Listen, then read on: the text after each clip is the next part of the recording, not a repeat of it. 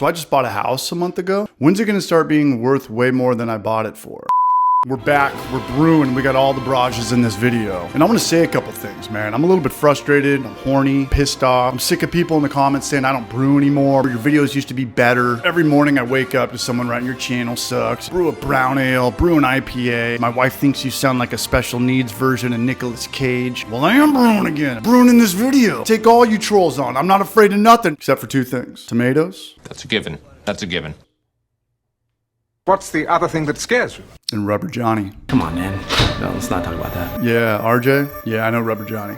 I grew up with him. He was always kind of an oddball, though. His dad was gnarly, like full metal jacket drill sergeant gnarly, but gnarlier. He'd make him go on roller coasters when he was way too little, was giving him crew cuts against his will. He started flaring out in high school. He got into the weird stuff, the raves, the ecstasy, started ripping way too many nose nachos at an early age. Last time I saw him was in Big Bear, California. This was probably 2008, 8 or 9. I remember it was 4th of July weekend, and we didn't talk. It's one of those things where you look at each other and then look down really quick, just, both pretend you didn't see each other. But I saw him. There's no doubt about it. There's a big lake up in Big Bear, and he always liked water, but not the ocean. And here in Knoxville, I've got a lot of lakes around me. My point is that I think he followed me out here. I've got weird property. I've got a 1/4 acre of just weird shrub. It's my property, but on the other side of the fence, you think it'd be the neighbors, but it's not. It's just more of my stuff. I'm like gated out of my own property. And there's these weird sheds out there. And when I'm sleeping at night, about once a week, maybe a couple times a month, I'll wake up around 2:30, 3 a.m. to some techno music.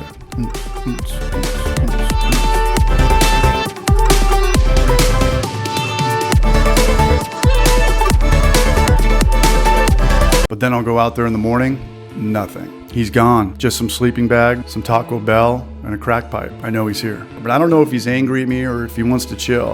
I don't know. But I'm gonna brew him some beer as a peace offering. But first, let's look at this roster of Barrage Lord.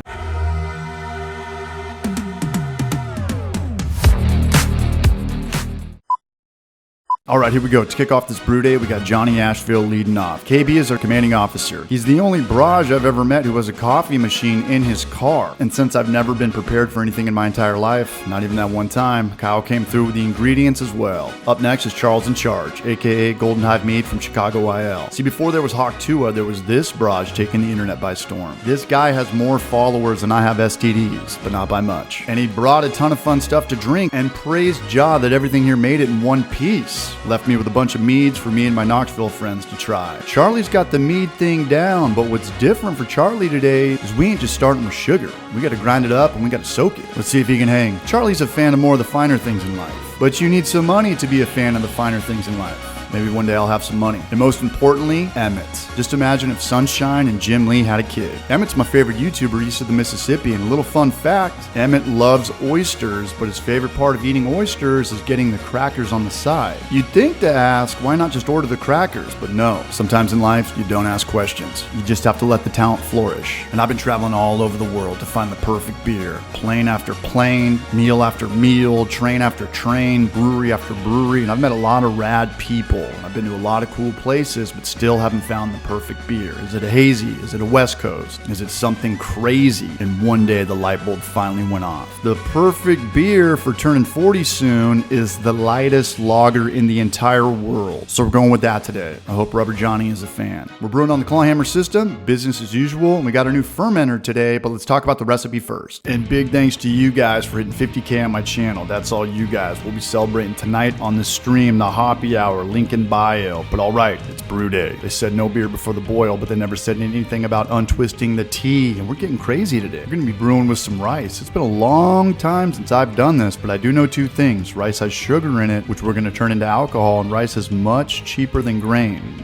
At least I think so. Might depend on the brand, but I'm pretty sure rice is the cheapest way to source sugar. I don't know, maybe corn? Follow the stream. Going for that 4.6 rice lager, and the recipe will be in the description. 10 pounds rice, 1 pound Riverbed Pilsner malt, but what we didn't account for is nobody remembered how gummy it is brewing with all this rice, and we were in the trenches on this one, boys. Morale was at an all-time low. We thought about just calling off our friendships and deleting our channels, but another light bulb went off. Time to throw in another pound of grain, and boom, we're cooking with grease all over again. But the ABV is gonna go up. You wanna dilute it, you wanna keep it strong. It's your world, we're just living in it. Get the lactic acid going to adjust the pH, get the system up to 150, fire up the vids. Kyle, how we doing? Mash is done. Let's see if we've converted. Sweet. I think we're good.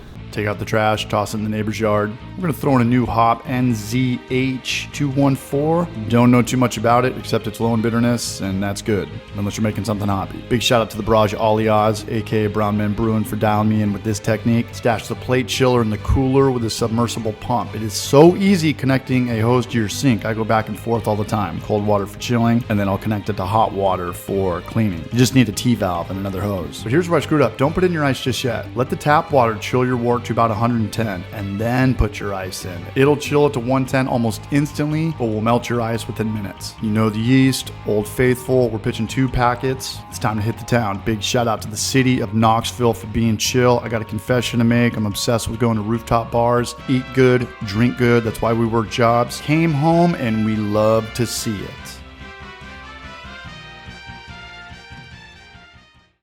This is 1 month later. This is 2 months later. Last month I was in San Diego, getting into more credit card debt than you could possibly imagine. But the Padres did beat the Dodgers. Starting gravity was 1062 with that extra pound of grain, but that doesn't make sense. That doesn't make sense at all. We got a lot of sugar. Yeah, so we've got extremely good efficiency. The rice that we used had to be way more sugary than whatever rice that was on Beersmith. We got way more sugar from the rice than we thought. So I'll let you do the math. 1062, 1010 final gravity. What's that, like 6.5? So it's not the lightest beer in the world. It's the lightest beer in the world tribute. Tenacious D would be proud. Climber system worked perfectly. The fermenter was awesome. We went the floating dip tube route. If you're interested in watching a full tutorial on that, I'll throw a link in the bio. I did think that fermenting under pressure for over 50 days, it would have been a little bit more carbonated than this, but no. I've got it on 30 PSI right now, but we're going live in a couple hours. I don't want to shake it up, but I might have to. No off flavors or no residual sweetness. I don't want to fully judge it until it sits on CO2 for longer. Oh, RJ got in touch with me. And he's not mad at me at all. He's actually pretty chill, little misunderstood. He's actually mad at you for not subscribing to my new YouTube channel, DIY City. He said you guys better subscribe or he's gonna show up in your backyard. I don't make the rules. Act accordingly. While you're at it, subscribe to Clawhammer and Golden Hive Meat as well. Big shout out to those dudes from coming out from Chicago and Asheville. Knoxville's rad. We had a blast. Rubber Johnny. I'm gonna name a beer after him. RJL Lager. I want to make a cool label of the moon, like the silhouette. Kind of like the E.T. trailer, but instead of the kid and the bike, I want to make it Rubber Johnny in his wheelchair, just looking like a pimp. Big shout out to Kyle for going on the run that day. Me, Emmett, and Charlie went to dinner, and by dinner I meant the bar. Kyle went on a 5-mile run, and that's when he found out I have a whole other lot, and I would have never known that. Thanks again for 50K subs. Thank you. I'll see you guys tonight.